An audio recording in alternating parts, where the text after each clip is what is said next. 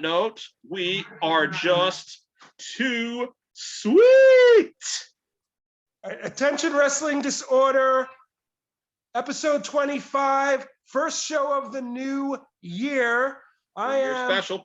A show, the whole show, nothing but the whole damn show. We got Chuck Coffee. Or Chuck Beer today, who's going to drink this entire beer on this podcast. Oh my God. Oh, the man to keep the lights on for WWE's main event. The only man known for the main event. Hot Rod Samantha 21. Oh, you're hilarious.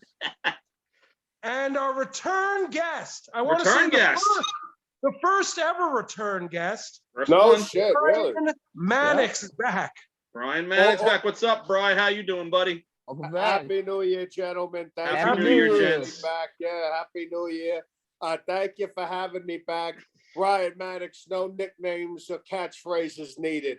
I just bring what I got. That's all I fucking need.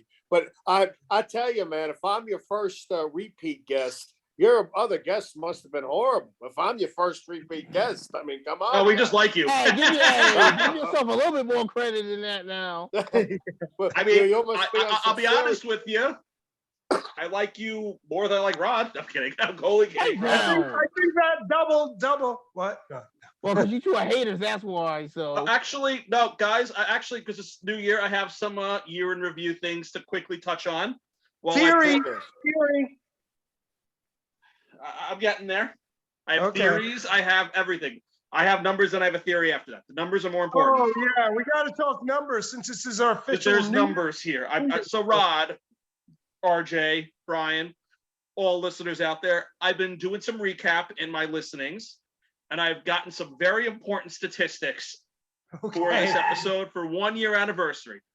All right. I counted. I paid a very attention details to this. I made 834 anti-Impact Wrestling comments. Because you are truly the most ultimate degenerate, but continue. So much so that there was even an episode where I actually fell asleep for half the episode because these two are rattling off about Impact. If you look at our ratings on if you look at our Q numbers, that was our lowest rated one because you talked about Impact the whole time. Oh yeah, I'm sure it was too. Over there. I also got a larger count of 3,807 counts of RJ's show making anti-Riho comments. Oh God! Because Riho is horrible, so that's 3,000 what? Two now? And the most telling number of all, 20,426 times. Rod said, "Pipe down, stop hating." How many old boys? It's a given. It's a given with you two. Oh boy, I did get a number on that, about 644 times. So with that being said, I have a new theory, and this theory is about you, Rod. So, Rod, you have told me many a times that you are the most electrifying man. Is this correct? This is factual information? Yes. So what was your doctor told you once? That you had excessive electrolytes in your body? Yep. And that you have actual electricity in your body. Is this correct? Yep.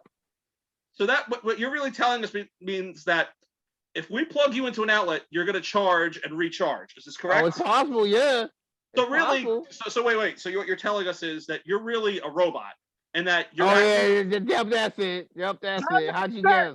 That's not. I'm trying to keep that damn secret. I need a sip of this to tell. I got this is story time, guys. I got a whole theory story about it. Oh Lord, here we go.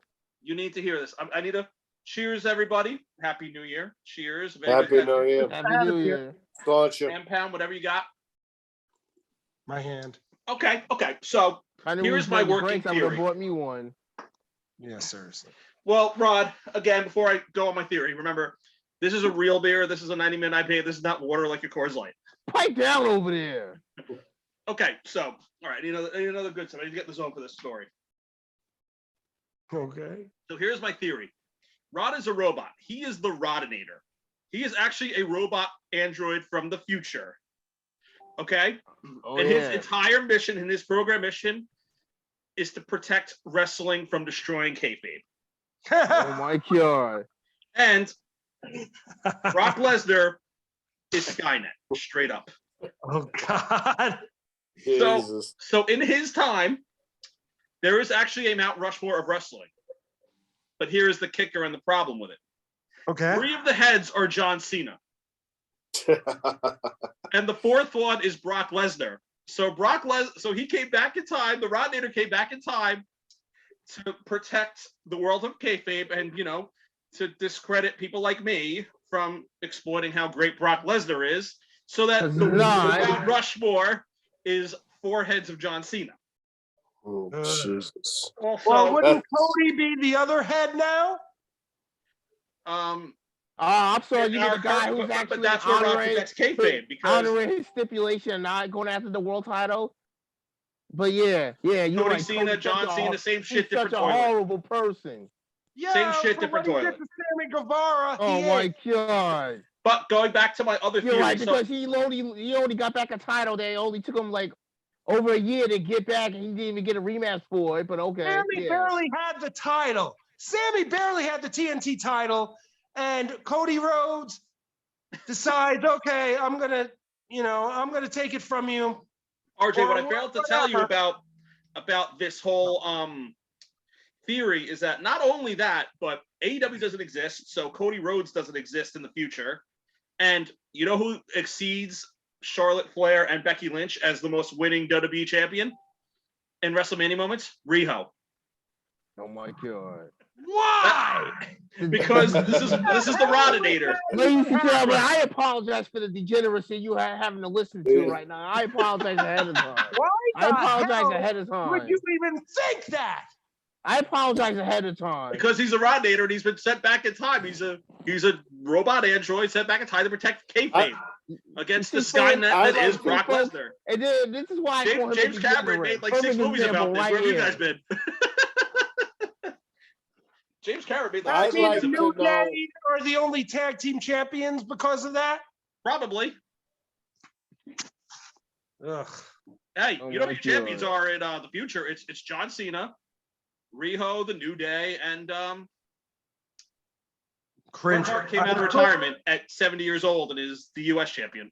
Who is? Who? Bret Hart. Oh my God, such a damn degenerate. That I wouldn't have a problem with. Bret Hart with a title, I wouldn't have a problem with.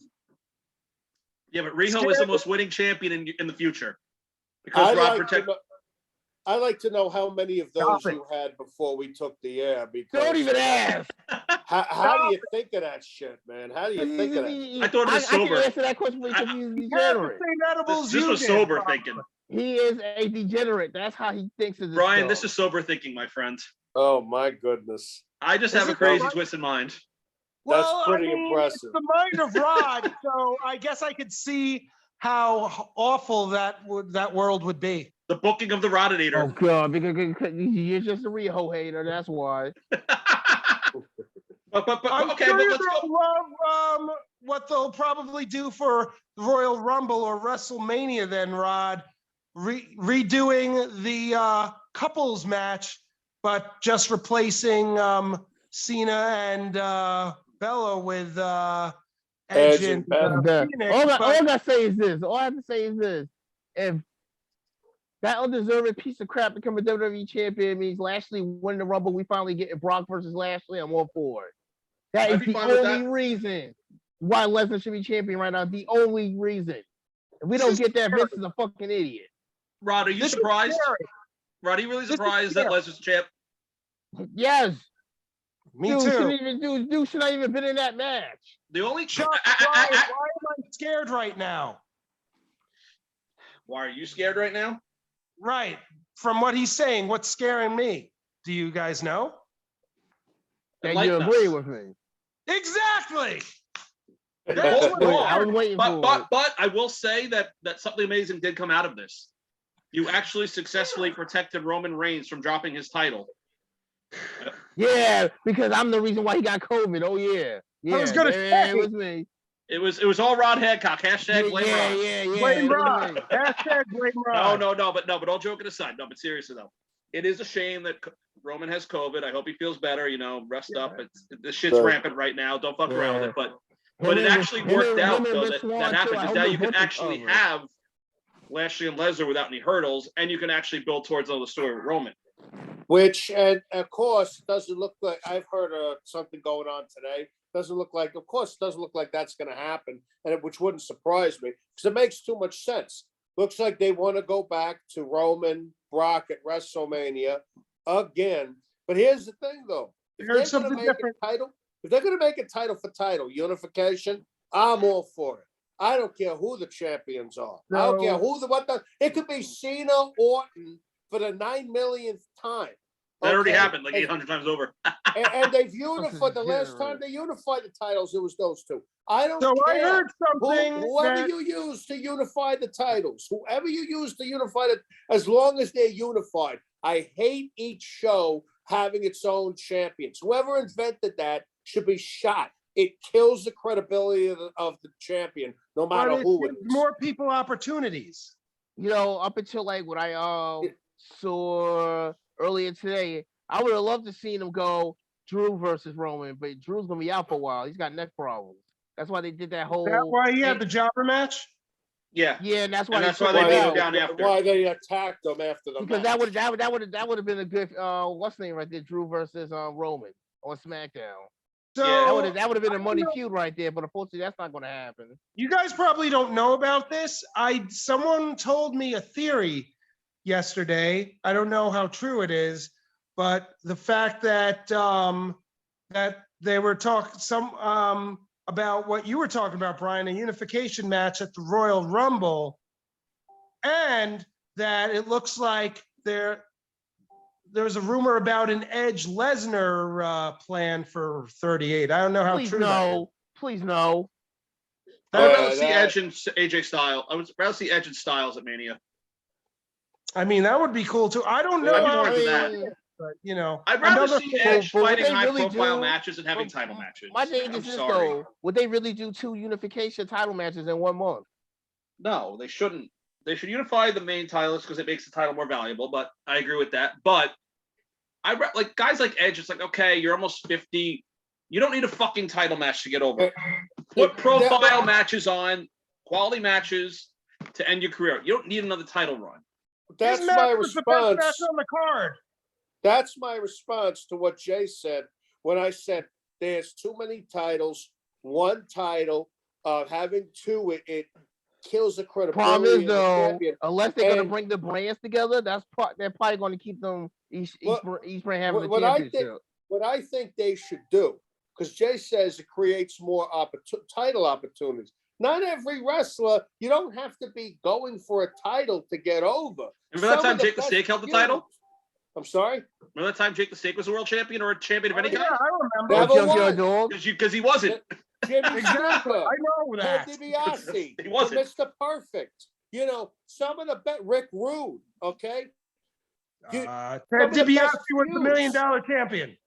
Technically, Rick Rude was a world champion WCW. Just got to put that out there. That's true. But my point is, some of the best feuds were not about a title.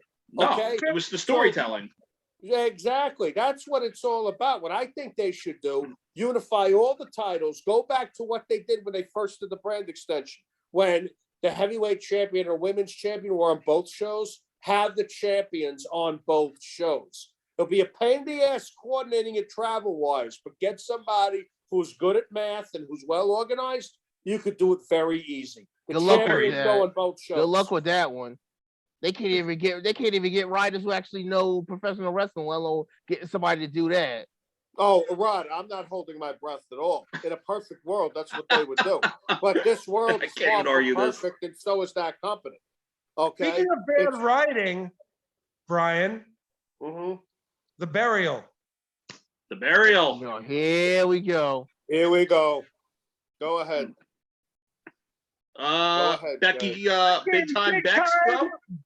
But she wins again. Big time We'll talk about the other burial too. Don't worry. There's a lot of burials. We'll touch more on the other one too. There was multiple burials. I wasn't sure. Jay, I thought you were talking about a completely different burial. So yeah. So did I. I was expecting that one to be the one he was talking about. Yeah, exactly. All 3 of them. Yeah. So which one are you talking about? Becky burying Liv Morgan? Yes. Yep. Okay. 2 things with that burial. All right, number one. Now, the last time I was here, by the way, the guys have been nice enough to invite me on twice since my last show. Because we like you. Yeah, and I appreciate somehow because you're on drugs or something. But okay, that's horrible. Hey, I take it as a compliment. but you should absolutely. So anywho, and unfortunately I couldn't make it, but I'm glad to be here today. I thank you guys for having me back. Anytime, Last homie. time, No problem. Cheers, dude. oh, wait, God bless, Cilantro. Salute. So I asked you guys who you thought was the most misused wrestler in WWE, not in wrestling. I just said it. Then one of you asked, what about women? Okay.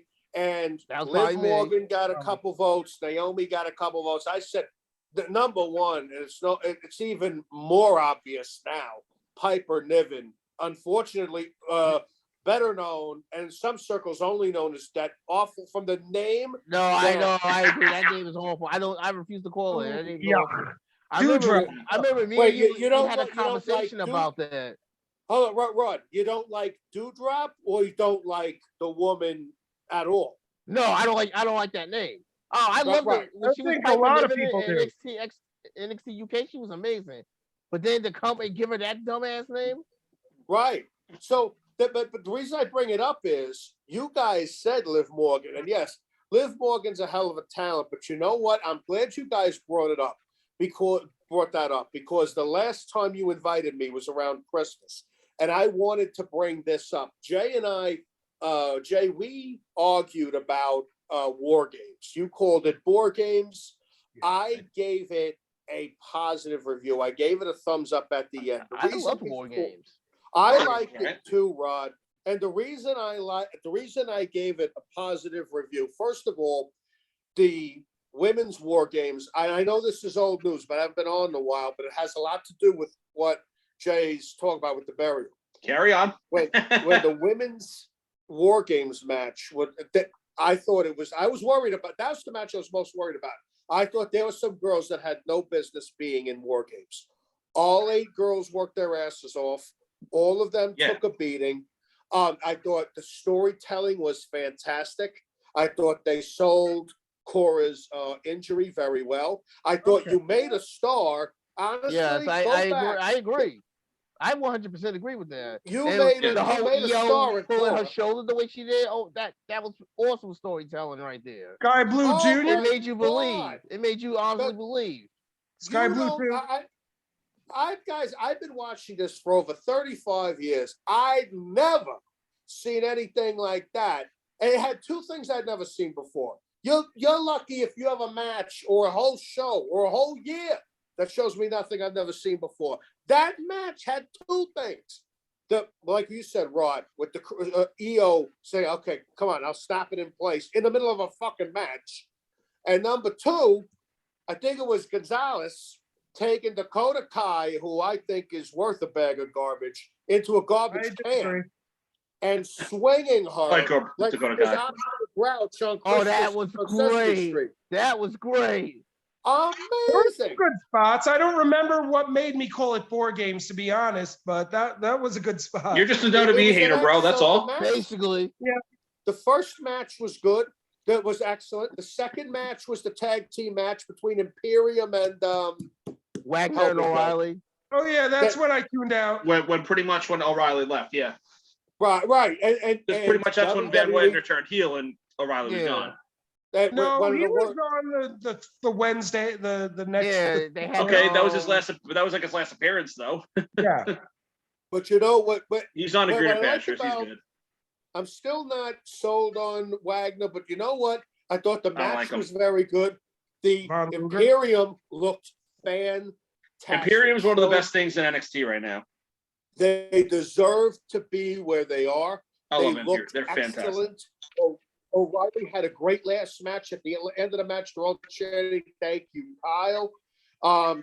Terrible heel turn, but and then you saw the show dipped a little bit, but the last War Games match again very good. And I loved how they had the big nets of wrestlers that either weren't on the show or coming attractions. I love the vignettes. The vignettes disappeared for years. if there's one good thing about this 2.0 bullshit, it's they're bringing back the vignettes, which I like think vignettes because that's a dope. that I love the talking about? vignettes.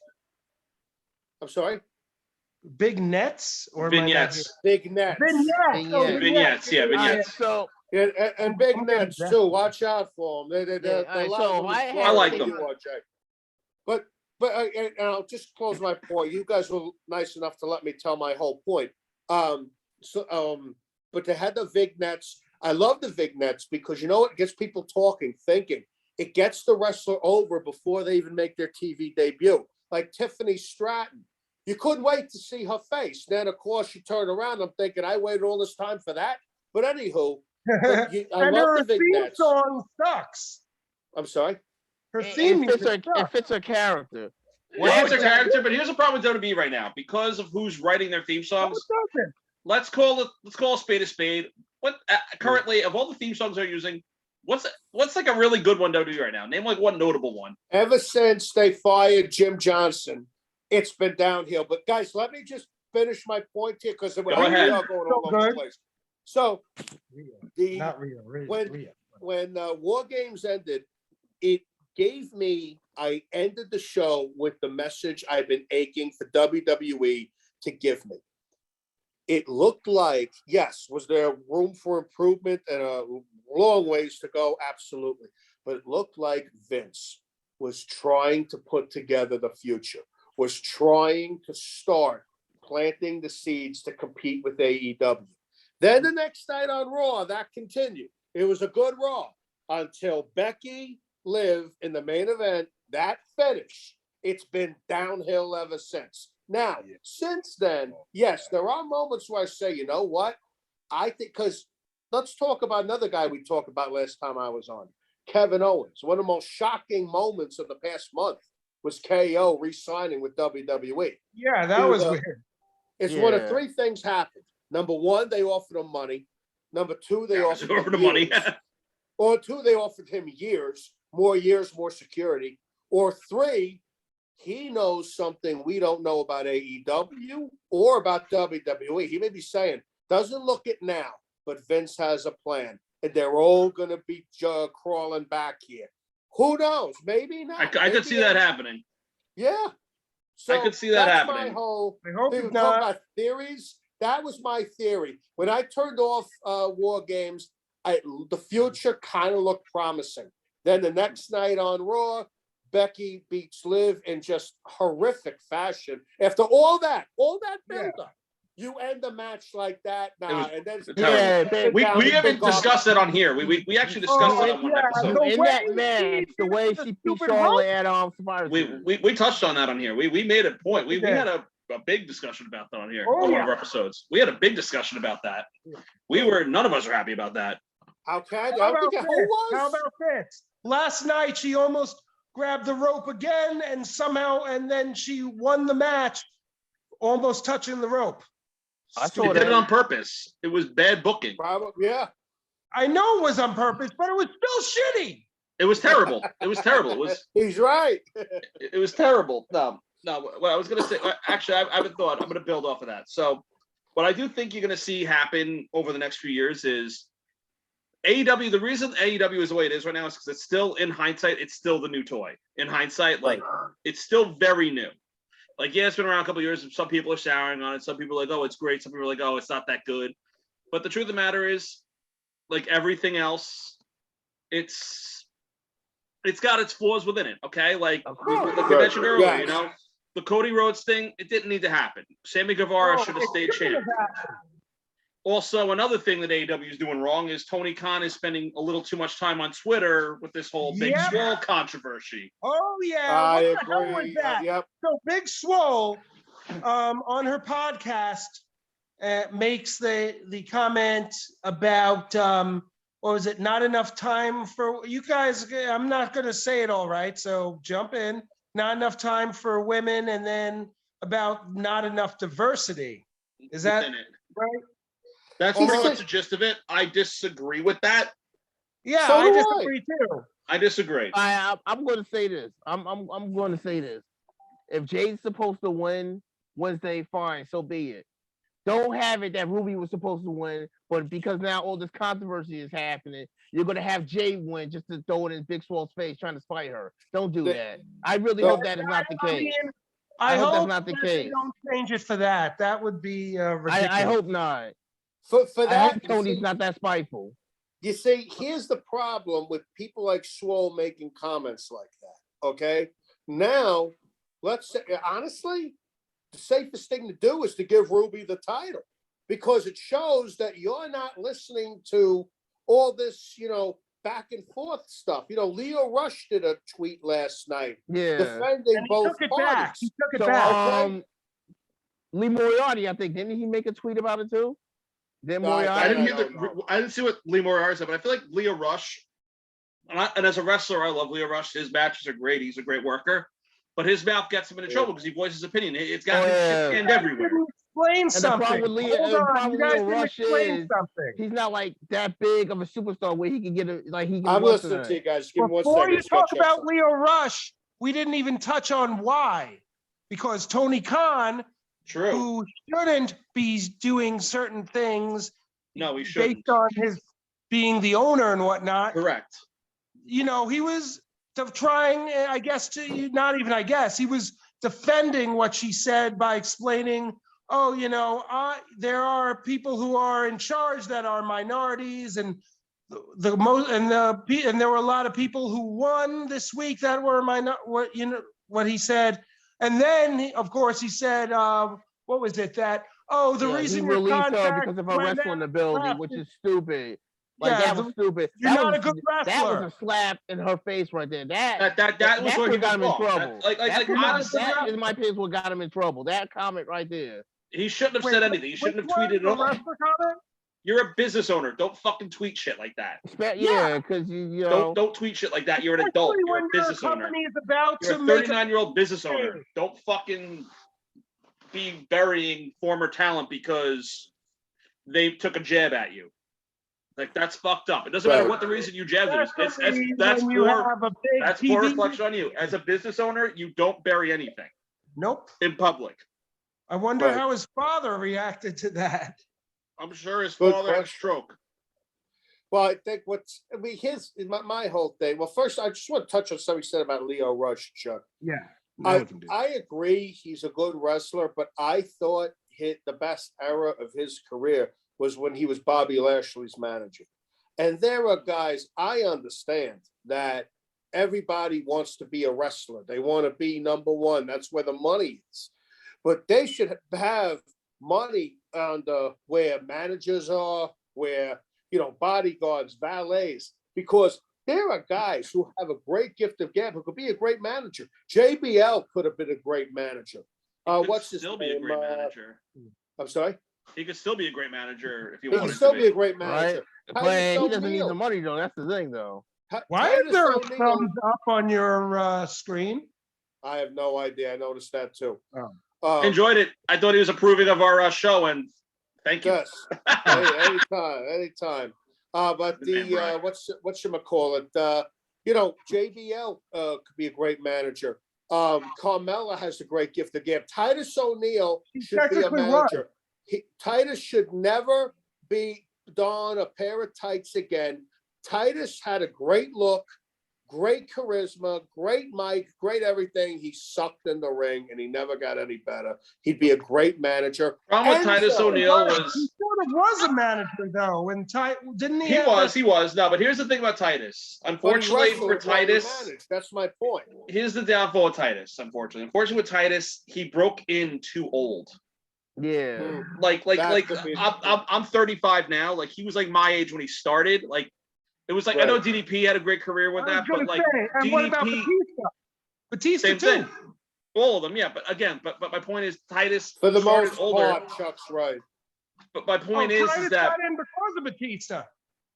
Right, but the point of it is, but here's my point with that. The point of mine with that is that at 33, unless you really hustle, you got to work so much harder than guys 10 years younger than you're breaking in.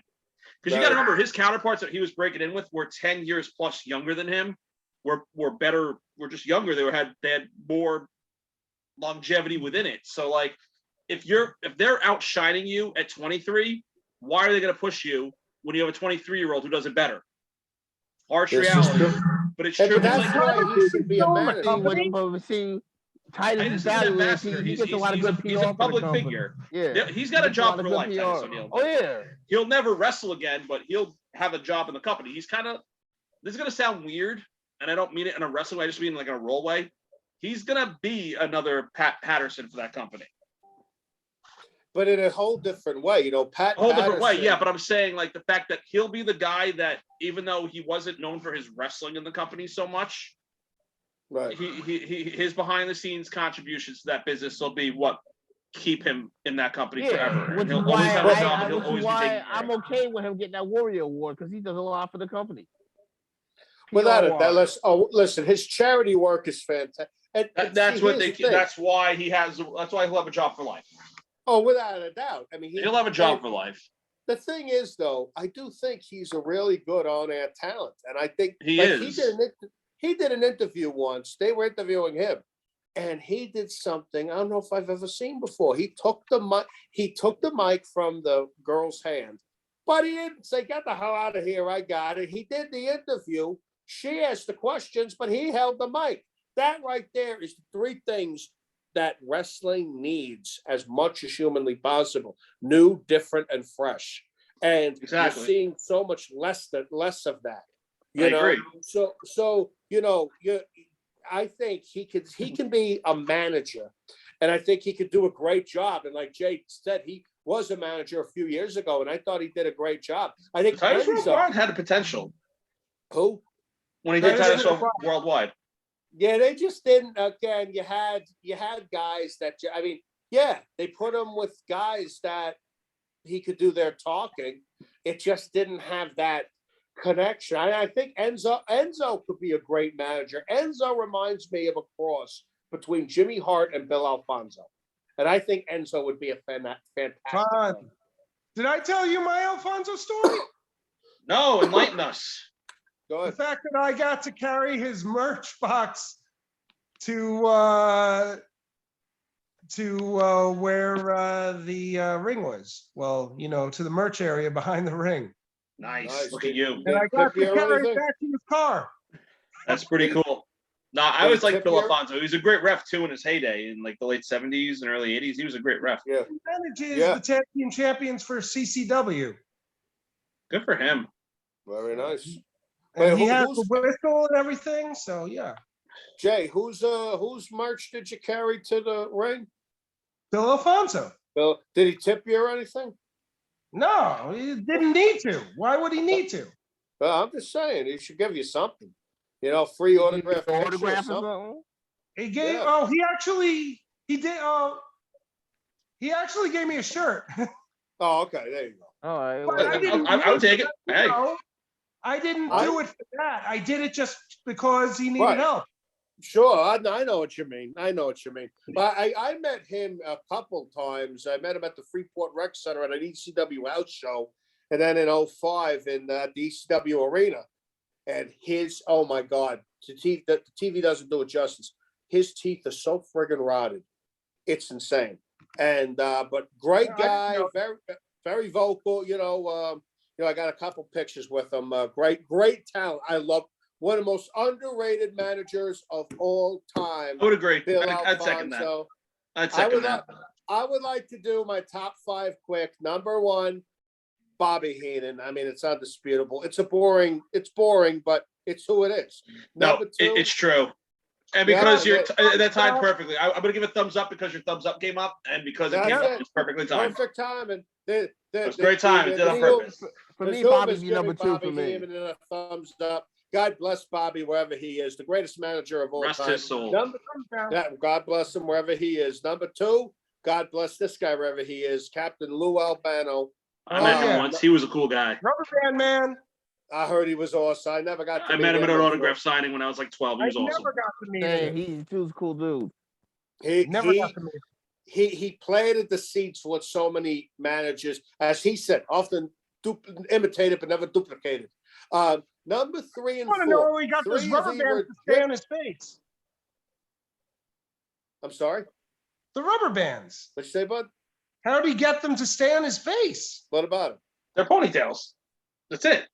Oh, rubber he actually band pierced his on his cheeks. Yeah, they're like the He rubber actually band pierced ponytails. his Yeah. cheeks. Yes. I have no idea what that is. Yeah. He actually pierced certain parts of his face. Okay. So that way they could hang off his face. That makes sense. Yeah. But yeah, that was my memory of him. That not there we only was he a mouthpiece, but he always had You those know, my rubber memory of Captain Lou Albano was, besides meeting him, it's the Super Mario Brothers Super Show. Oh yeah. I still know that rap by heart. Oh yeah, can you remember? I know that rap Oh by my heart to this day. God. No, I will not do it on air.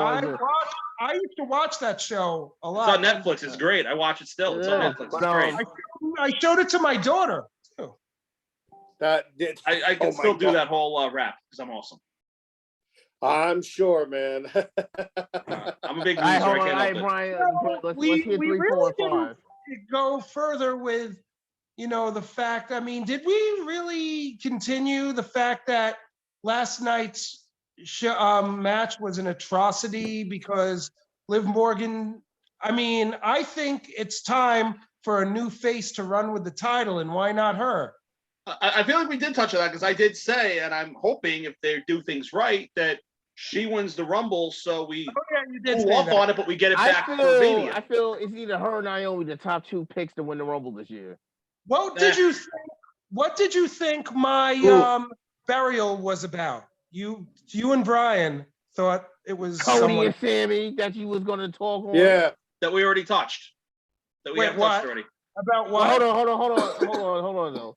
Hold on, Brian, before go we ahead. do I want to hear anything- 3, 4, and 5. I want to hear Brian's 3, 4, and 5. I was just Those are saying, yeah, top hold on. 5 Let's moves. hear this Yeah, 3, go 4, and back. 5. I want to hear that. I want to go on this conversation. Cool. Yeah, we never. As we're ADDing, guys. Attention wrestling disorder. Ha ha ha.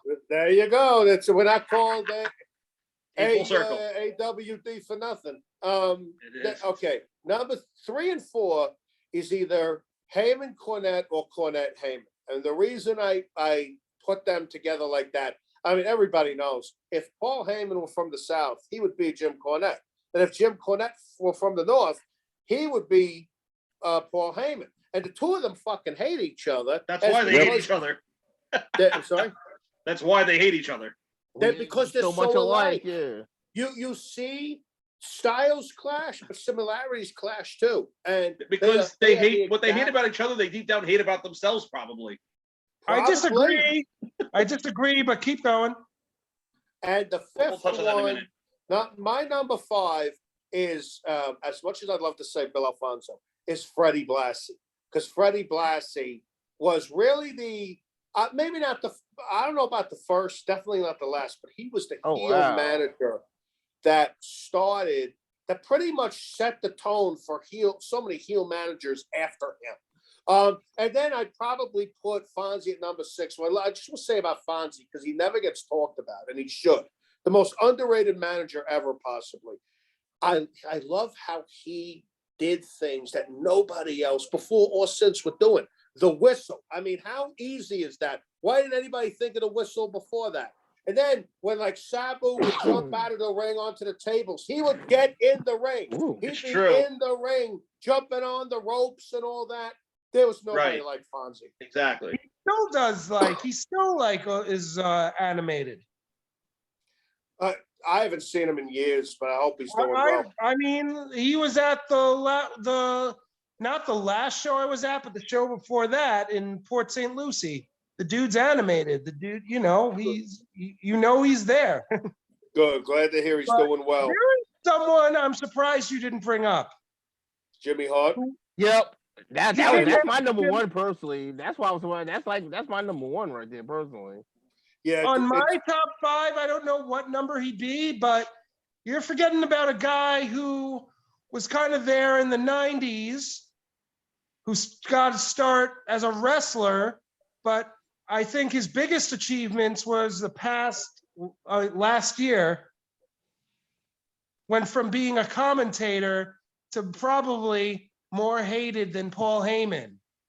You can't see my hand, it's invisible. Are you talking about Callis? Oh, God. Oh, God, I hate that guy. Just so, I mean, even the stuff he did in ECW, he is easy to hate, and he did it so well. I give you that. I personally, I never liked him. I didn't like him in the WWF. I didn't like him Didn't as a Jackal. ECW. I don't like. I hate him as Jackal. I hated him as Cyrus. I hate him as Don Cal. When I saw him coming back, I'm like, oh, every few years, he's a cancer. He goes away. We get the surgery. We get it removed, and then it comes back. And then we get it removed. Okay, we go to the chemo, get it removed. It comes back. And I think that's Cornette. I'm sorry. I think that's Cornette. No, I disagree. No. I can listen. I can deal with. I think Jim Cornette is one of the best wrestling minds the game has ever seen. The only Is that detriment to Jim. to Penelope Ford? The only Well, detriment what'd to you Jim Cornette, as good as a wrestling mind as he is, he's at a point in his life where, I hate to say this because I love Jim Cornette as like a mind and as a manager, but because of his mindset and his values, the wrestling industry, unfortunately, is kind of coming past him, unfortunately. Right. I don't mean that in a mean way. I'm just saying, like, his ideas are very dated. Some of them still would work in modern times if done right, and that's why they're brilliant. But the ultimate concepts, a lot of his ideas are very dated. I was listening to a shoot one time. He was complaining about John Laurinaitis because everybody hates John Laurinaitis in the wrestling industry, apparently. Like, everybody hates Laurinaitis. They had Doug Basham. He was talking about how they had Doug Basham when he's getting ready to get called up to WWE with the Basham brothers. Right. He was OVW's top heel. He had the long hair and all that stuff. He looked like a badass biker, and then they had him shave his head bald because they wanted to see what he looked like. And he goes into OVW TV bald, and Jim Cornette's like, "What the fuck? Why are you bald? You have this great look. Why'd you cut your hair?" And then Doug Basham's reason was, "Well, they're getting ready to call me up. They want to see what I looked like with no hair." So of course Jim Cornette has a shit face. Like, he's calling Lawrence, like, "Why are you shaving my top heel's hair? Have you give me a few weeks notice?" But my point was, like, then he's like, "If you'd give me a few weeks and this is what your plan was with him, give me some notice. Right. I would have had a hair match and I would have sold tickets and made money, and you would have had your new star his way anyway." But because John Laurinaitis fucked that up because he's like, "Oh, let's see you bald," rather than being creative, it cost a lot of money for Jim Cornette that way. And I get where Jim Cornette was coming from. And in theory, that would have been great even at that time. But my point is, a lot of his concepts, it's like you're still trying to hang on to what 1978 territory wrestling was, and that's just a dead art. It's been for years. I agree with you, Chuck, 100%. I love Jim Cornette. But again, he wants it to be 1985, and that's just not going to, unfortunately, two great workers going in the ring and showing their graft for 20 minutes just doesn't get over the way us guys would want it to get over, and you got to change things up a little bit. But here's the thing, what the story you said, Chuck. No, I agree with Jim Cornette 1,000%. They should have told him, "Listen, we're taking this guy and shaving his head just so you're not freaked out when he shows up with no hair."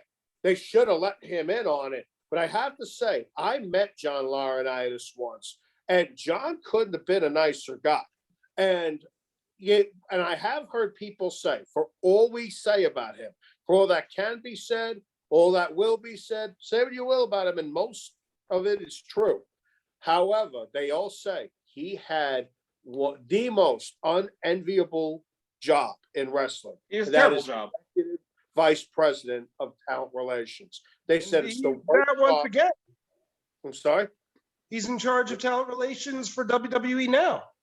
And that's why they're hurting again. John Laurinaitis. Yeah. Oh, yeah. Could be. Well, that's, again, here's my opinion.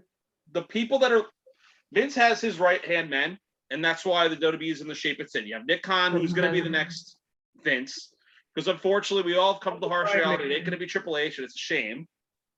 It's going to be Nick Khan, who has more of Vince's vision. Right.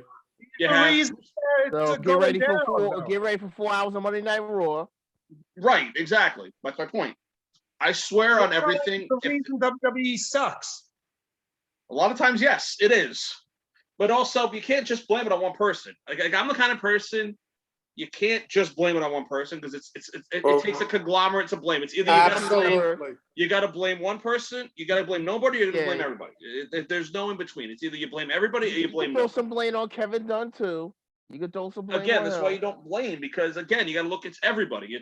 It's Laurinaitis. It's Dunn. It's Pritchard. It's the same guys who have been working your backstage end for 30, 40 years. It's the same people. Remind me that I got to jump on Brian, though, when you finish your thing. I'm just saying, like, For these same people, every person we just mentioned, Bruce Pritchard, Kevin Dunn, Laurinaitis, Nick Khan's a little different. He's a little bit more newer, but but the rest of them, they've all been there forever in different capacities. right. So like the same influence that was influencing things in 1995 are still influencing it today. And the problem with that is that the talent is different. The industry has evolved. You gotta remember, though. Right. No, listen. They need to change things up. And like I said, when we were talking about war games, they did change things up here and there. In my opinion, at least. They did. They were showing signs of life, showing signs of changing things around. But again, there are times you watch this and it is so freaking bad. Here's the thing, at the end of the day, as long as Vince is the owner, it's Vince's show. And you saw NXT was doing just fine without him around. And I think he thought it was like when Paul Heyman did SmackDown years ago. Yeah, you're doing a great job, Paul, but you're not the boss. I am. I'm getting involved. And he fucked the whole thing up. Now my theory around about that is too. I think he's just mad. I think he honestly got pissed that they lost the Wednesday Night Wars AEW. I think that's what it comes down to. That's probably part of it. But again, WWE shouldn't be even sweating that because let's say AEW was smart for going against NXT. Well, actually, the funny thing is that AEW started on Wednesday nights. Then all of a sudden NXT was Wednesday nights. Yep. They followed, WWE technically followed suit. But the thing is, there's something not like you said, going back earlier about the whole thing with Kevin Owens knowing what's going. There's something going behind the scenes that we don't know about because we're not there, because we're not in the industry. The truth of the matter is, could you imagine had AEW Dynamite been on Monday nights? It would have been Impact all over again. Even against SmackDown, it would be Impact all over again. But let me tell you something. They did something that WWE is doing things because of them. I mean, you think so? Like these specials that are on the regular shows, these special like New Year's Bash and all that. And that's why now you have a New Year's Evil. AEW started that. Having a pay-per-view like event, but during NXT was doing that for a while. No, they did the takeovers on just as pay-per-views. NXT has did a couple. Maybe it was maybe. I'm trying to think. AEW started it. Maybe. And NXT followed suit. There's probably some truth to that to a point. But what I will say is, and this is merely my opinion, the route that NXT 2.0 is going, and this is just how I'm observing it, I feel like Vince is going back to that early OVW day where he's trying to really create WWE tailored talent rather than scouring the indies again. Because the black and gold NXT, like all the people that are leaving, if you really dissect it, they were all indie guys. Everybody that was in NXT black and gold that got over was a fucking indie darling. Most of them, yeah. Most of them were indie darlings. And once NXT 2.0 started to come in, look how these indie darlings are getting fizzled out. Even the ones that are there. The main roster were indie darlings. Right. All right, so let me ask you guys this. Is Breakker and Hayes winning their respective matches this Tuesday? What happened? What's your question? Is Breakker and Hayes winning their respective title matches this Tuesday? Hayes and who was the other one? Breakker. Hayes, Carmelo Hayes, and Rick Scott. Oh my God, Braun Breakker. Oh my God. I will say, look, I will say, I'm a Tommaso Ciampa guy. I love Ciampa. But even Ciampa himself said that he doesn't feel like he fits in the new NXT. No, he doesn't. That's the only thing that I don't know if it's going to happen this week or if it's going to happen down the line, but I do think Breakker is going to be your next NXT the guy. I actually like Braun Breakker, though. I will say I actually like Breakker. The new breed, I like Breakker. I think he's... I liked him, too, when his uncle and father did the same thing on WCW. I mean, you're not wrong, but again, it's again, you got to remember something about WWE and why they're going to push him. Then that's the reason why Braun Breakker is going to be your next the guy. Because WWE pushes on that nostalgia movement. They will fucking get blood from a stone with nostalgia, and they will find any way to remind you of nostalgia, even if it means putting those talents' kids over to remind you it's Rick and Scott Steiner's kid. They will give him the belt solely because he's Rick and Scott Steiner's kid. I don't know about that. It's the way he talks. It's the way he. I agree. He's got the vocal tone of Rick Steiner with the ad lib of Scott Steiner. I agree. He does. It's fucking great. So the NXT North American Cruiserweight Championship. Hey, I will be real. I do think that Strongest dropping. That is a long ass name for a title, though. I agree. What? North American Cruiserweight title? Yeah. That seems ridiculous because by the time that's done, half the talent they're going to have it aren't even going to be cruiserweights. Yeah, the North American title should be that's the North stupid to me. American That's asinine to me. It's what they're probably going to do. I think they even said it. Whoever wins is going to be the new North American champion. I think they're finally getting rid of that cruiserweight. I mean, nobody watches it. But apparently they're calling it the North American Cruiserweight title. Yeah. Also, wait. Oh boy, I know what no it's one watching going. 205 Live. I know somebody who does. Yeah. Yeah, not true. Rod is the Rod's only keeping the lights on for 205 Live too. That's the reason that show's a thing. How is 205? How is 205, Rod? All right. This is the thing. Basically, 205 Live.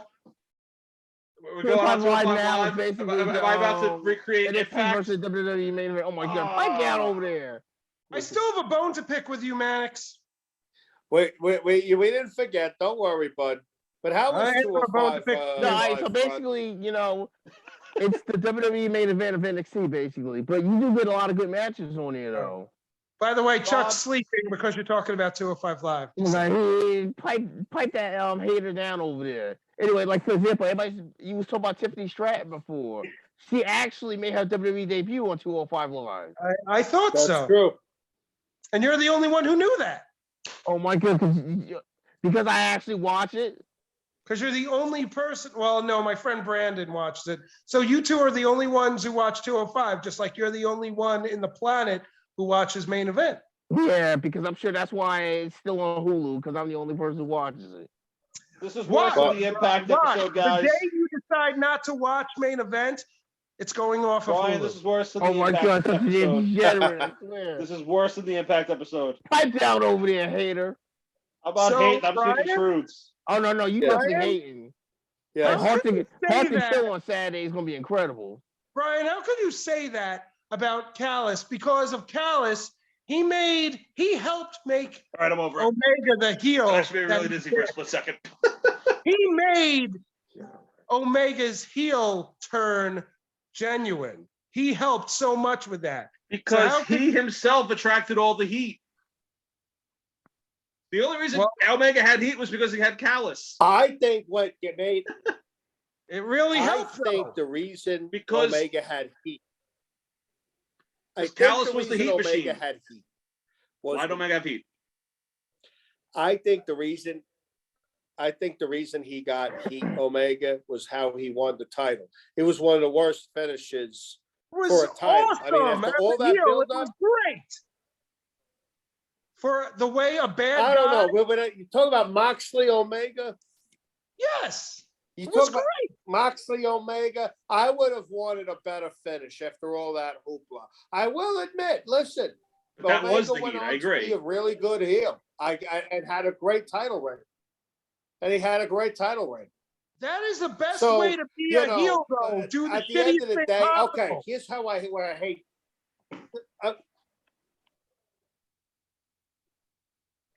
Okay, you know what, though? Jay, you bring up a good point.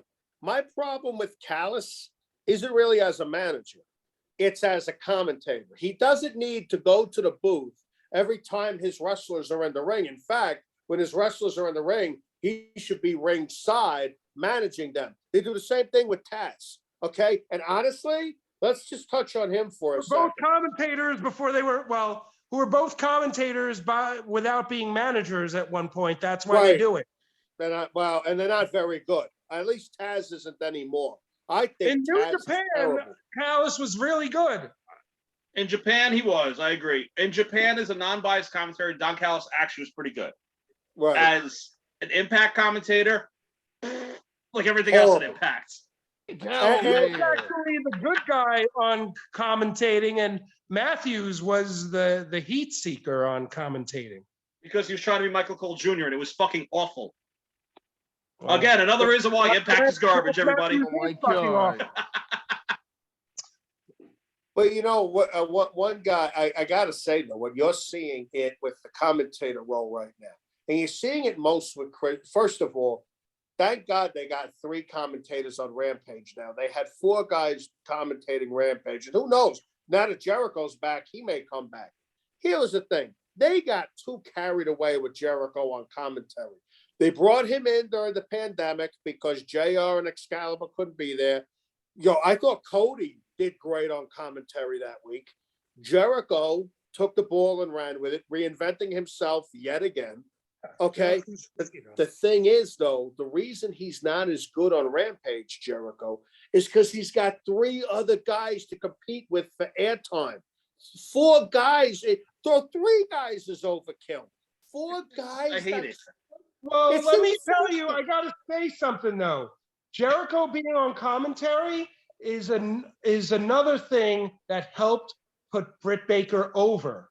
What he said about her, with the blood, kind of comparing it to Gene Simmons, it put her over. No, that's true. No, You know what? And since we're talking about that, I might be in the minority here, and if I am, so be it. That tag team street fight that happened on Rampage, in my opinion, was better than the Lights Out match. That I might was be in the minority, so be it. It was a good match. I don't know if I would say it was better than the Lights Out. It wasn't better, but it was a good match. It was good. No, It was listen, really I was very pleased with what I saw. It was from 4 girls who honestly have not, and I met Anna Jay. And Anna Jay's cool as hell. Chuck, Lucky I motherfucker. was about to say, you met her on the boat. And She was now cool let as me hell. ask, you think she looks good on TV and on Dude. Instagram? We'll see her in person. But let me just ask you, Chuck, not to get off the topic. Okay. But, let me just ask you, because Ty Conti was on the boat too, right? No, not this time. All right. Because I heard Ty Conti is one of the sexiest women in the world. I believe it. Heard. They're But both the smoking thing hot. is, all 4 of these women have really not done I met much. Penelope Ford in person on the first cruise that went on. She was beautiful too. Listen, I met Allie too. I met all of them except for Ty. I met all of them. Well, you They're all gotta. super attractive. Ty had like a great year though. Like if you Give me go 1 on second, guys. Twitter, you see her stats. I can you know hear she you. had the most wins out of any woman in AEW this year in 2021. She had the most wins, 45 wins, more than any other woman in AEW. Ty redeemed herself from how they viewed her, how they presented her on NXT. I'll tell you that. Oh, She yeah, that was horrible. Yeah. it up. You want to talk about somebody who like them getting released was the best thing that happened to him? Ty Conti, perfect She was example. a great And Deanna Purrazzo. Oh But yeah, yes, no, both of them. I agree. Yes, but you know what though? Deanna was also like a bigger name though. Like Ty wasn't that big of a name, and she may have stuff. Ty had no other experience. At least Deanna had the Ring of Honor backing, which she was great in Ring of Honor. She was on Impact at one point before she came back to Impact. No, I don't watch Impact, so I can't attest to that. But I can tell you that she was phenomenal in Ring of Honor. Because aside from you two, no one watches Impact. Pipe down, hater. Like I remember it was one of those knockdown shows, and she went up against Brooke Tessmacher and lost. What was the factor of that match in Rampage, though? Yeah, she did go up against Brooke Tessmacher, but talk about whatever. What was the I can't say her name correctly. What was the factor of that street fight? Fucking Allie, the bunny, because her character is psychotic as fuck. Yo, Anna Jay with that Queen Slayer with the barbed wire arm, that was insane. Awesome. That was badass. insane. That was good. And I just want to say, it has 4 women who, I'll be honest with you, have really not shown me much that they can really be, long-term solutions as wrestlers anywhere, not even just AEW. As wrestlers, they haven't done much to impress me. But I agree with you, Rod. Friday night, the 4 of them. They're actually some of the better talent in the women's division for AEW because, like, I know Radio J is going to RJ show over here is going to hate this. Yeah, I slipped up. It happens. But I will say this, and I don't mean this in a mean way. I still feel like AEW's women division is what needs the most work in that company. It's their weakest part of their company. Oh, really? It needs Oh, help. really? I agree with you. Oh, really? Oh, I went there. Here we go. Thunder Rosa is not good enough? She's great. No, Jay, hold on. You Chuck, missed let what me I take said. this one. Chuck, let me be your lawyer here. Chuck, Oh, boy. I know what he means. I know what he means. It's not so much the talent. At least that's what it's not the talent. I think they have the talent. It's how it's being used. Guys, Right. I was at AEW when it was at the UBS Arena. I'm pissed I couldn't go. And I'm pissed I couldn't go. Next time we gotta go, Chuck. I know, I'm going to try. I'm trying. I couldn't get to work. And the reason I bring this up is because during Dark, I saw guys come out that I forgot were in the company. Okay, that don't see the light of day. And let me tell you something. And some of those were women, like the Japanese woman who wears the crown. I'm like, holy shit! Emi Sakura, yeah, she's been there. She wasn't around for a while because of COVID because she was in Japan. But yeah, no, Emi Sakura's back. Yeah. Yeah, but you know what? I could do without her. Her Freddie Mercury impressions are annoying. My point is, they got the talent. They're just not using everybody properly and not giving it the proper airtime it may need. Now, we talked about this last time, but about making Rampage 2 hours. I think Rampage is perfect the way it is. I miss 1 hour shows with a passion. 1 hour is plenty of time. And you know what? It gives other wrestlers a break. Okay. You don't have to have the same people on both shows every week. It gives it overkill. That's why you have Dark, though, and that's why that's where they do wrong. But that's where they go wrong with Dark and Dark Elevation because Thunder Rosa will wrestle on both of them, and it's like, okay, do I really want to see her wrestle again? Yeah, they do back to back too much. I agree. Like, do I really want to see the Varsity Blondes twice a week wrestling no-namers? Do I really want to see this? I love the Seidel brothers, but do I want to see them wrestle 2 nights in a row against no-namers? Red Velvet was on twice. Diamante was on twice. Yes. Dark and Dark Elevation are great concepts for getting people over, and because it brings a squash match back, which I love, and it puts the talents over. But if you have the same talents wrestle both nights, then you're not maximizing your talent. But they did have some good rivalries, like the Sunny Kiss Joey Janela hardcore match. That was pretty cool. It was cool. It's a shame that it wasn't on Dynamite. Diamante rivalry was good. And I'll give you guys another good one in a different company. One of the best feuds of last year, Ricochet versus Mustafa Ali on main event. I saw that match. Should have been on Raw. Absolutely. I saw that 2 out of 3 falls match. That match was amazing. That match was incredible. I thought the only time I watched the main event on Raw with those two. What'd you say, Jay? They did a few matches on Raw with those two. That's kind of but their good feud happened on main event, sadly, and not on Raw, which is bogus because only Rod watches main event. Well, down over there. Only Rod would know that. Yep. But what was Rod's that? the only one who knew who that. So Rod loves main event. It's a good show. They do have good matches on there. Right. They have Drew Gulak every week. It's great. Oh my God. I'm so pissed of how they're using Drew Gulak, but I do want to say something. I'll say this right now for you over there hating main event. Freaking. That's when Bianca Belair really first got her start when she went up to the main roster. She had more matches on main event than she had on Raw before she got drafted to SmackDown. And only you would know that. So good for you. Because you're a hater. That's why. No, because you're the only one who watches it. That's why. I'm pretty sure I'm not, but okay. Oh, how about this? 2.0 finally got a win on Dynamite. I was happy about that because NXT barely gave them any wins as Ever Rise. Unless you watch it on 205 Live. Yeah, they did not do that. I got to say, ever since going to AEW, they've gotten a little bit of a. But those are the guys I would like them to give some more time to. Danny Garcia 2.0. the guys you don't see much. They have so much talent there. Use it.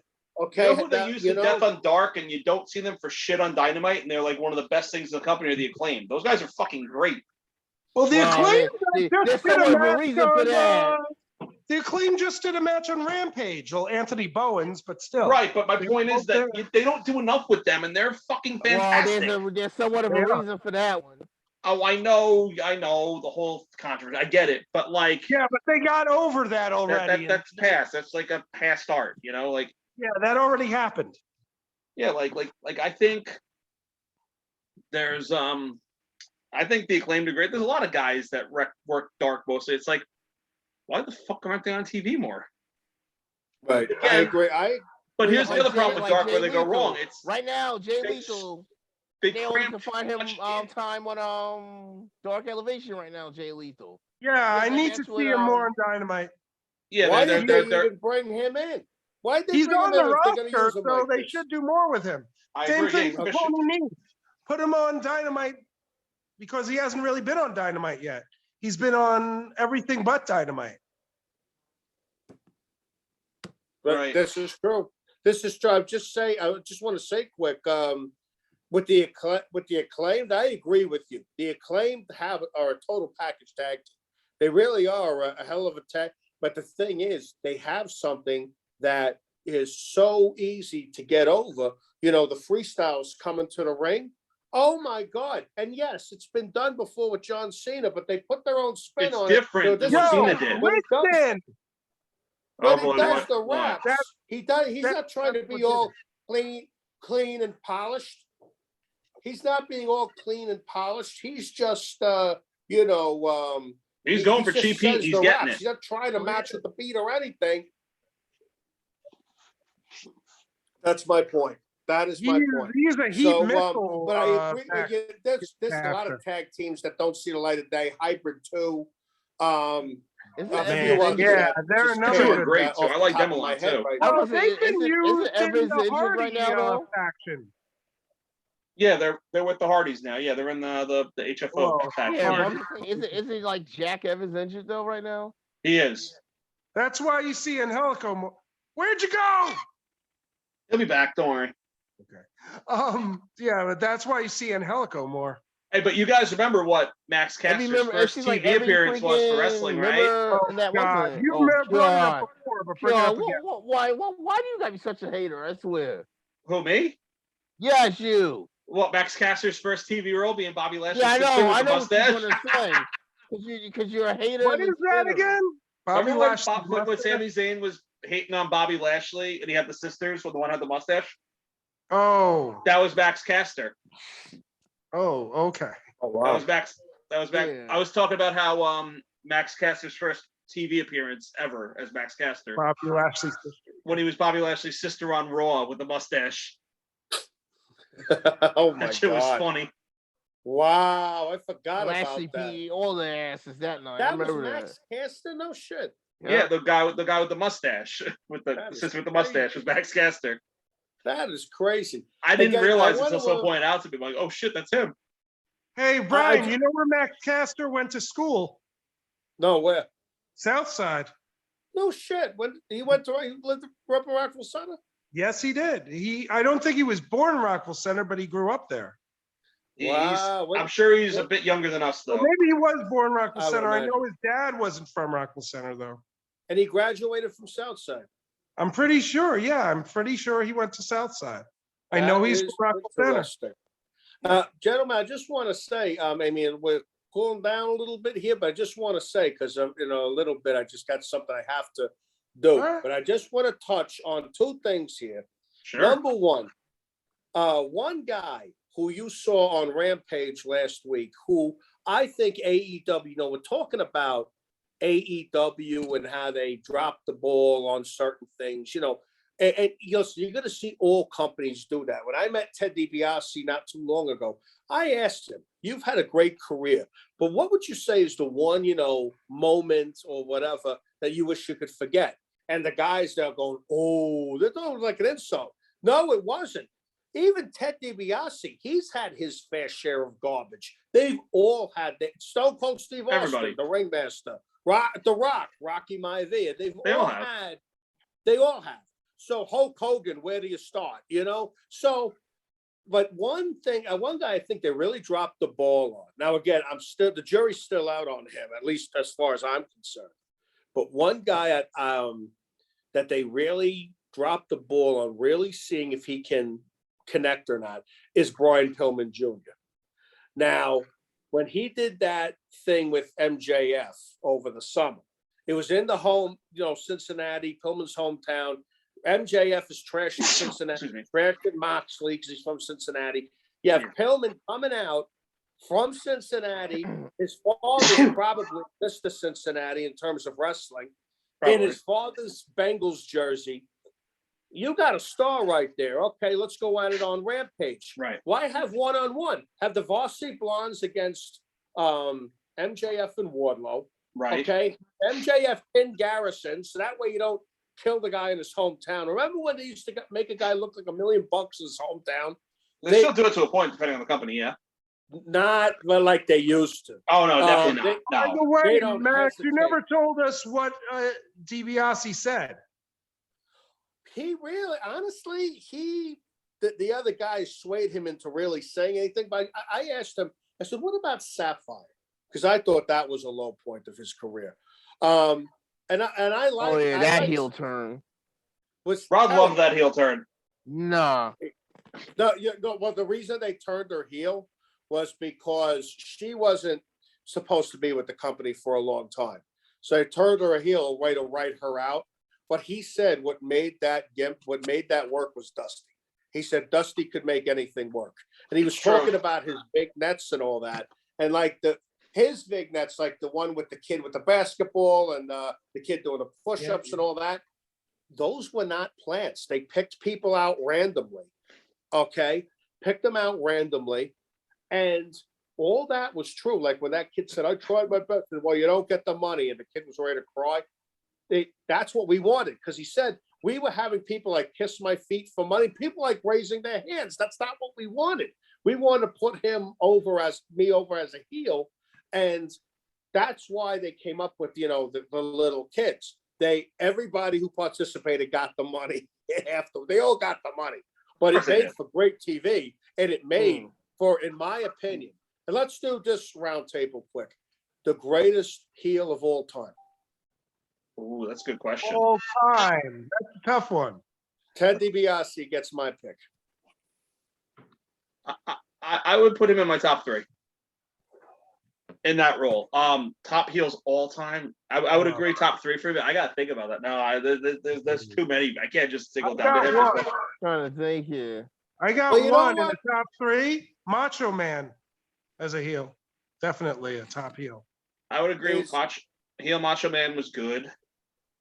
But his initial run in WWF at the Intercontinental title and Ricky Steamboat, holy guacamole, was that amazing. That is my number 1 favorite match of all time, ever. Macho Man Steamboat WrestleMania 3. Without a doubt. That is my number 1 favorite match ever in wrestling.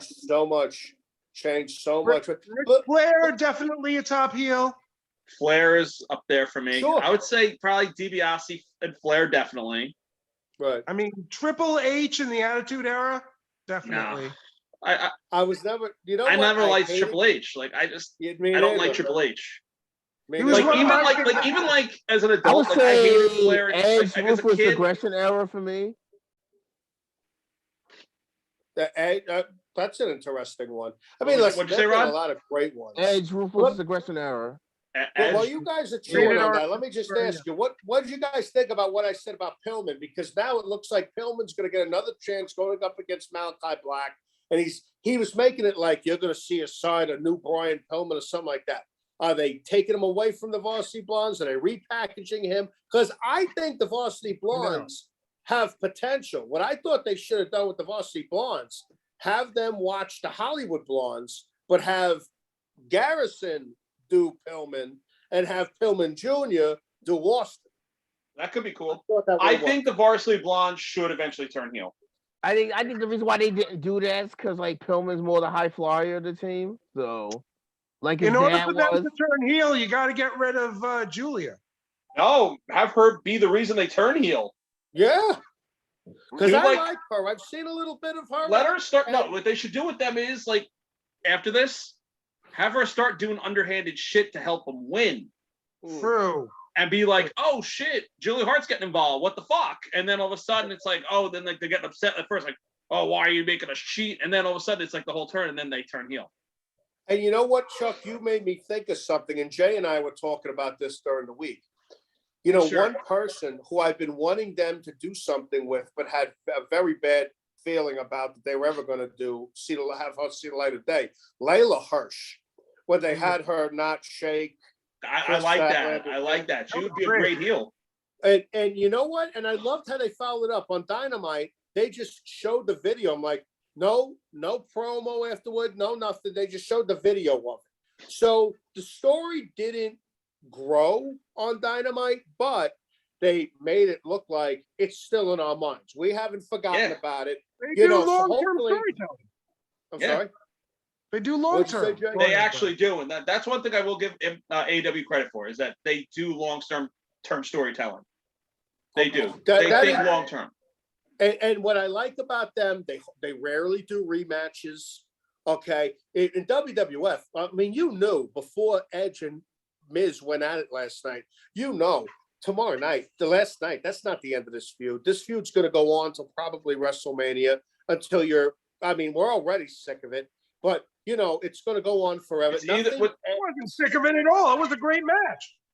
What they'll probably do is either it's going to happen at the Rumble or it's going to happen at Mania. You're getting your mixed tag. It's either going to be at the Rumble or it's going to be at Mania. Probably. And you know what? That's where it's going. That. You know what? I think that I'm fine with that. Robert, I think so. I agree with you, whether I like it or not. Let me just before I gotta get going, let me just with Layla Hirsch.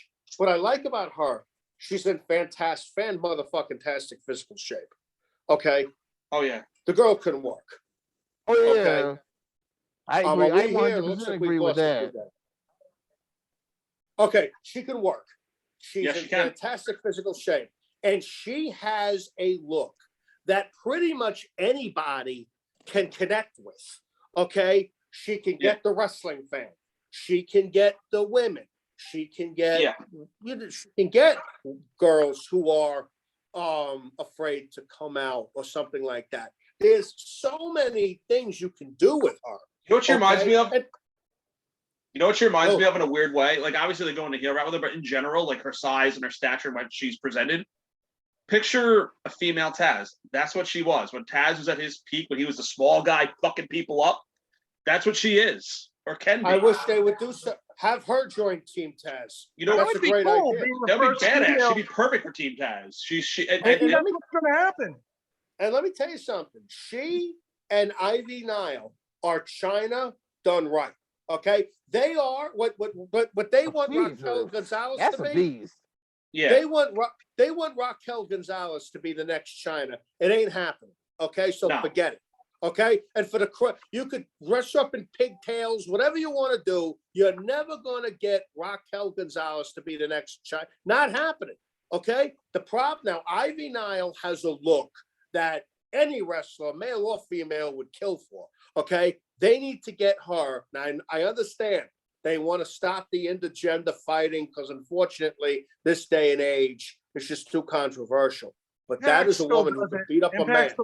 Speaking of that, like, I don't know if anybody else heard this. I heard like freaking like over the weekend or something, Josh Alexander and like Ruby Soho had a match. I heard it was a killer match. I forgot what promotion for. I think it was AAW, something like that. You know, I heard they had like a intergender match. It was a killer match. Chelsea Green's been doing intergender also. Hell, she had that epic match against Pentagon and Lucha Underground. Yeah, they had the match with Lucha Underground. I'm gonna say, yeah, she's good for that. You know who put on great intergender matches pre-WWE? Candice LeRae. She was killer in those indies. That's true. She was killer in those roles. By the way, Brian, there already was a new China in WWE. The Glamazon. This is that. Then again, they're trying to make Raquel Gonzalez the next Glamazon. And that's not happening. And I think who is like that though? Jordan Grace is almost like that, and so is Havoc. True. Yeah. I mean, So, like I said, People you've watch seen a Impact, lot of guys. Come on. promising- Man, you've you don't seen a stop lot of- hating over there. Rod, why are seen you a getting so lot mad at me? Because you're a hater. I don't know what you're Go talking ahead, about. Brian. Nah, he's pissed because of the Jets today, and I don't blame him. Oh, don't Oh. God. We're all God, upset I about the was Jets hoping that today. was- I was hoping Brian, that was- we're all upset about the This is Jets where today. I go to sleep. You guys talk about football, okay? Well, listen, let me say this, and we're done? Okay. because my time is almost up here, but I'll just say I'm a Jet Met Islander fan, which is the equivalent of herpes in one cheek, hemorrhoids in the other, and general warts up here. You're not even wrong. It's a very painful experience. But I'll say, okay, wake up, Jay. We're going back to wrestling Okay. here. I was doing I'll my best just say- Chuck impression. Oh my That was not God. good. I'll You got to just be off say camera entirely. My, You got to be off my camera. parting- Your my legs got to be on parting shot camera. with No, you no, guys. no. You got to go the other way. You got to change the angle. Damn degenerates, You got to I be where your swear. face isn't on camera. The point is your face can't be on camera. Sorry, go on. I apologize. No, it's Go all right. ahead, But Brian, go ahead. I'm just gonna say, you got each company has somebody very similar in Layla Hirsch and Ivy Nile, people who I think are what women's wrestling needs. And Agreed. I'll just end with this. I don't know if you guys are going to continue after I go, but Oh, before you just go, wanna Brian, I say- do want to ask you something when you're done Sure. with this. Before you go. sure. No, before you done, now finish what you're saying first, then I'll ask you. Well, go ahead because you'll see. No, Go ahead. because I want to ask your thoughts, obviously, on the whole Ring of Honor situation. That is a good Okay. question. That is a very good question. That's a very good question. I'm undecided with that. I don't know what to make of Ring of Honor right now. And unfortunately, Ring of Honor is hard to watch by me. I try to watch it online. You can So I watch it on don't Fight know. Network. Yeah, Or the Fight Ring Network of gets Honor it app. for free. All right. Yeah, I gotta get it. Fight or Ring of Honor app. I'm sorry. Fight or Ring of Honor app. Fight app or All Ring right. of Honor app. Because again, and I'll be honest with you, I'd love to watch it, but like we said last time I was on, there's so much wrestling, you can't watch everything. True. That's a good question. Where do you guys stand on that? On Ring of what? Honor. Ring of Honor. I feel bad for them because they're going out of business because they did right by the company. They did Right. right by themselves. They paid all their employees But they're throughout not the going out entire of business. pandemic. But they're not going out of business. Oh, they're going to They're- hiatus, but barring the Yeah, miracle, man. Even still. barring the miracle. It doesn't look good. It doesn't It look doesn't. good. And I love Why Ring would of Honor. they bring Adam Shearer in if they were going out of business? Why would they bring a new faction with Because Maybe they're technically- hoping once their hiatus is done to build off of that. Yes, but they lost a lot of money doing what they did. Yeah. And I liked Ring of Honor, and you I love Ring of Honor. look at all the great talent that came from Ring of Honor that started there. Yeah. And Everybody currently that's a big name in wrestling is a Ring of Honor guy. pretty much. And and I loved, and even guys like the Beer City Bruiser. That guy's great. I mean, That guy's I great. love when, and I'll just say, you know what? I love when guys who normally most promotions wouldn't give them the time of day. You know what? You take somebody, you take the Paul Heyman approach. This is why Paul Heyman belongs to the Observer Hall of Fame. He had a brilliant gift for taking anybody, no matter who they were, showcasing their strengths and hiding their weaknesses. And I'm telling you right now, you give Paul Heyman the book in any promotion, he can Absolutely. make it work. And that's why I think Tony Khan might have to start guaranteeing money. Because if the only way Paul's going to come to you is for guaranteed money. He's not going to leave WWE's. You know what's funny about Uh, that? Jim Cornette yeah. said something about Paul Heyman. If you bring Paul Heyman in, your AEW product will be immediately better. And Jim Cornette Yeah. hates Paul Heyman. But If even he you- said that you bring Paul Heyman in, your product's only going to improve. With that, and the same could be said for two other guys, Jim Cornette and another guy, Dutch Mantell. Vince Yeah. had Dutch and Heyman at the same time. And I said the whole time, all Vince has to do is give the book to those two guys and you'll have a promotion. Vince doesn't want to do that. I'm sorry? Dutch booked Impact. Dutch booked Impact. Dallas Did is a the nice book. job. I thought he did a nice job. I mean, those three guys have a great wrestling mind. the thing is, you got to give them full control. If you're not going to give them full control, it's not going to work. And Vince doesn't give anybody full control. Tony, if Tony can give his blessing, it's like, you know what, guys? It's like the owner of a sports team.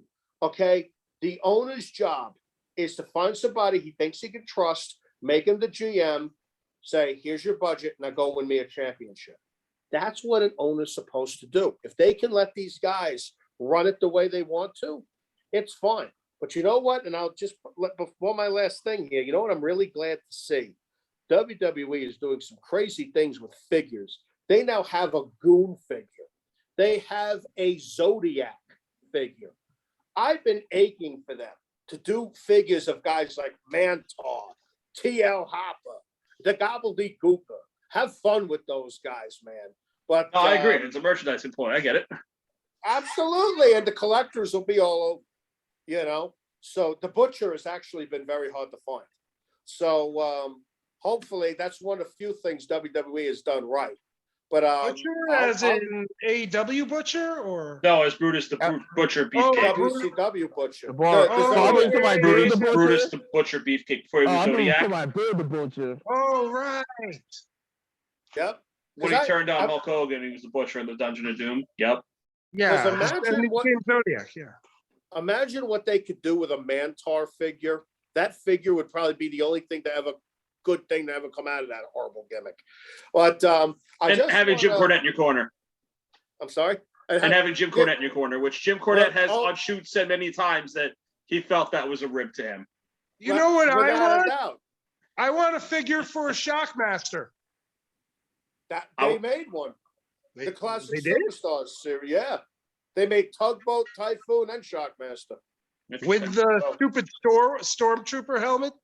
Yep. Yeah, the whole 9 yards. Yeah, go look it up. Yeah. But I just want to end with this because unfortunately my time's coming here. But I want to say a great time as always. Always a pleasure, my friend. Hope I'm invited back. Hopefully I could be the first three-time studio guest on Tension Wrestling Disorder. And I just want to say, the reason I ended up on the show, as you guys, I know Jay knows this. I don't know about you. Yeah, you guys know about this. You're on my Facebook. My mother passed away in July. And when I posted it, because Lord knows she wasn't dead until you posted on social media. Nothing's official until you go on social media. Right? You of know, course. you're not officially a couple. You're not officially married. No. And your loved one, no matter who it is, isn't officially dead until it's on social media. So which is sad. I posted on social media, and Jay private messaged me privately, and well, obviously private messaged me privately, giving his condolences, and he went into his mother and all that, and we were talking the year before yours. So it was the right, same month. right, just before mine, and we got to talking about that. Then he brought up wrestling. He says we have a wrestling show, and I said, well, if you ever need a guest, let me know. He said, all right, you're on our next one. So it's really cool how our mothers, even though they're not with us anymore, brought us all here together. It's great to reconnect with you, Jay. It's great to meet you guys, Chuck and Rod. It's been the two great shows. I've had a great time. I hope I'm back. And I just want to say, let's just remember all those that are no longer with us. And, let me get a drink for this. Absolutely. Be grateful for the ones we still do have with us.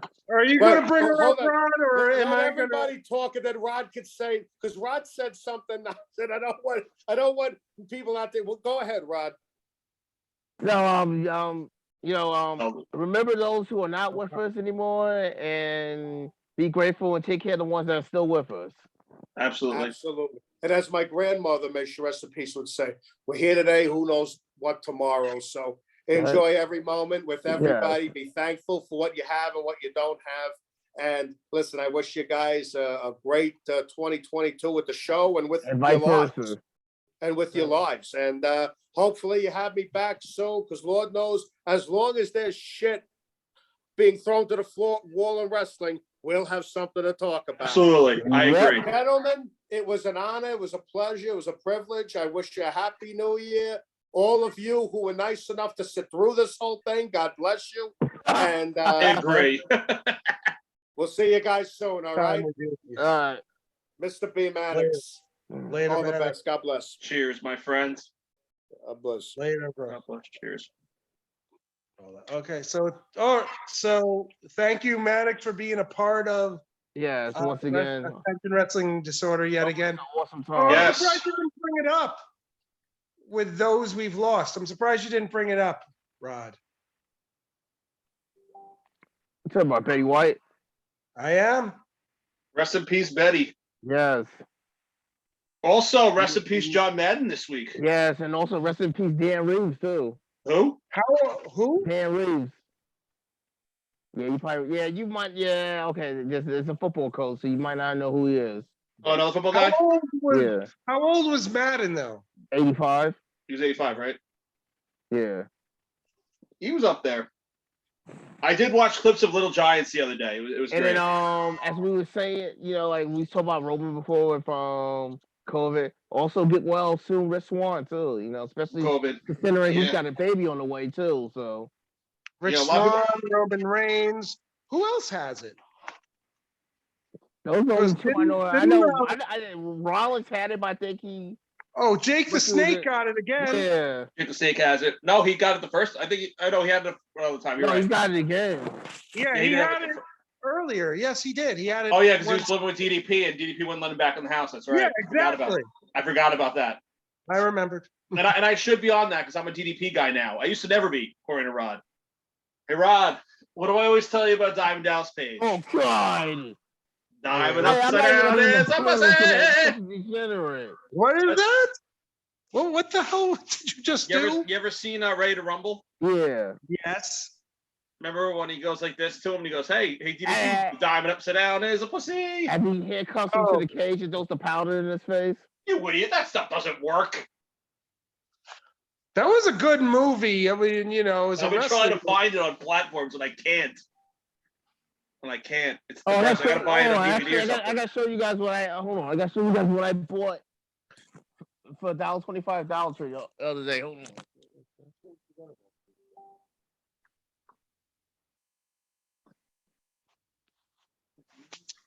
You know who else is a good heel manager that we didn't even talk about? Mr. Fuji, Hardy. yep. Hardy. Hardy? No, Matt Hardy? Hardy. HFO. Yeah, Matt Hardy. He's technically both a wrestler and a manager. Yes, he is. You know who I feel is still one of my favorite? Like, I liked Brian's top 5 a lot, but my personal one, I'd have to throw Mr. Fuji in there. Oh, Fuji, of course. What are you showing us? It's glaring. Pull it back a little bit. Queens. Pull it forward, Still can't actually. see. Yeah, Queens. Rod, what is it? That Queens in the Ring movie that came out Oh, there it is. Okay.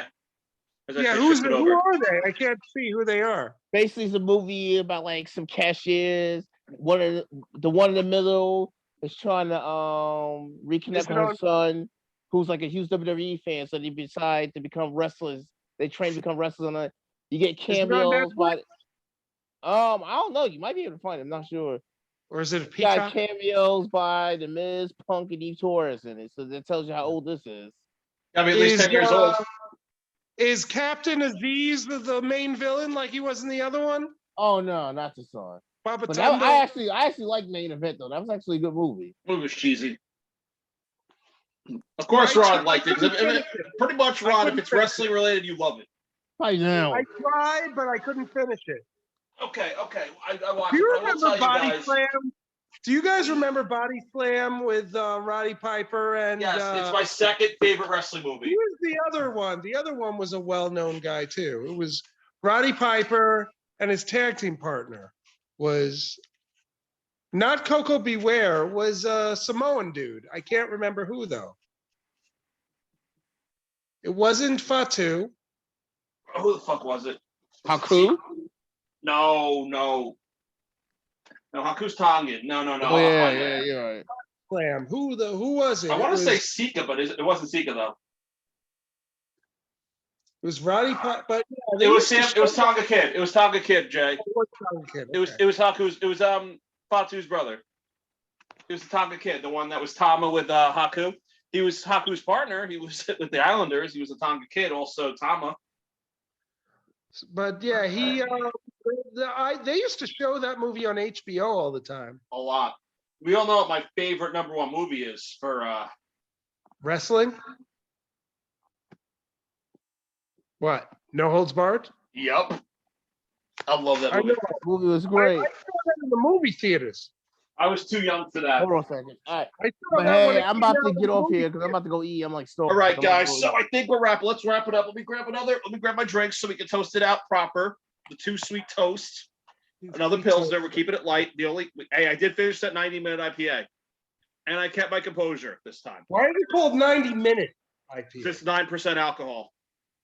Oh, it doesn't take you 90 minutes to finish? No, it's 9% alcohol. The reason the 60-minute is 6%. But why do you say minute, not 6%? That's just what they named the beer. That's just what they named the beer. It's a strong beer. It's supposed to knock you on your ass. It's killing my brain. Oh, Lucifer, which was a 9% from I think it was German or Sure. beer. It fucking knocked me on my ass and made me stub my toe really badly. You got to remember when I got drunk when we had Dirk on the show, I had 3 beers before we started, and then I had 6 of them while we were on, and they were all 7% apiece. So I was feeling good. I remember Drunk Chuck was amazing. Oh I know. God. What are you going to eat? Because I'm hungry and I have no idea what I want to eat. I'm about to have some fish sticks. So Fish sticks? yeah. Roddy's One fish. of your friends commented about fish sticks on your post. Oh, because our little old logo, Gordon's Was the Fisherman. fisherman. Oh, Gordon Fish. Oh. Which reminds me, I'm wearing that shirt for the Return Midnight Society show, which I just leaked my appearance. But yeah, for those who don't know, I'm in a band, the Midnight Society. We're playing our first show back January 22nd. So, and it's at Wait, if you're going to play a character, I know who your singer should be. She doesn't have the same name as the Matrix. Nope, don't know what you're talking about. Not Trinity or anything. Oh my God. Don't know what you're talking about. Or do I? I can keep making really bad Matrix jokes just because. I know I still haven't watched it. But I think we're winding down, guys. Thank you, everybody who listened. Thank you for Mr. Brian Mannix for coming on. And thank you for the Beer City Chucker gimmick today. Chucker. Yeah, man. Happy New Year to all you guys. Yeah, Happy New Year to all our loyal listeners. 2 days later, but whatever. It's 1 day later. It's January 2nd. Relax. You're good. I hope your New Year's was good. New Year's Eve was the 31st. Okay, New Year's Day. It's New Year's Day was yesterday. So it's New Year's it's the holiday weekend, so you're good. It's all relative. Either way, Happy New Year's, everybody. Cheers to everybody out there. Enjoy 2022. We have a lot of stuff in store this year. We're only getting better. We're going to keep going. And that's all I think else you guys got to add. Yeah. We'll keep having I have more nothing guests for else. you. We'll continue to talk about wrestling and Do what we do. That's it. On that All note, I have left to say is boom later. Because that's all I got. Too sweet.